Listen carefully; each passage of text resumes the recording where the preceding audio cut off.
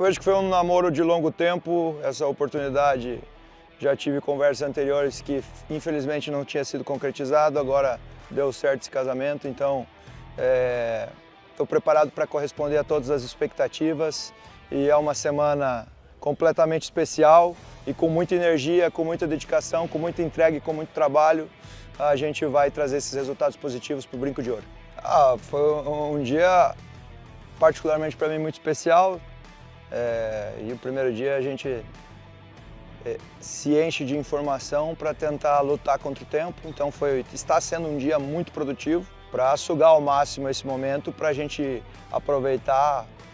todo esse pouco tempo que nós temos, para a gente ir se preparando cada vez mais. É excepcional, da melhor forma possível,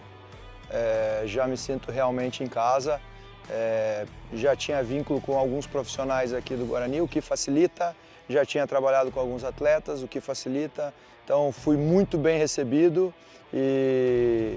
tenho convicção que a gente vai fazer um excelente trabalho e espero retribuir todo esse carinho que estou recebendo com o resultado dentro de campo.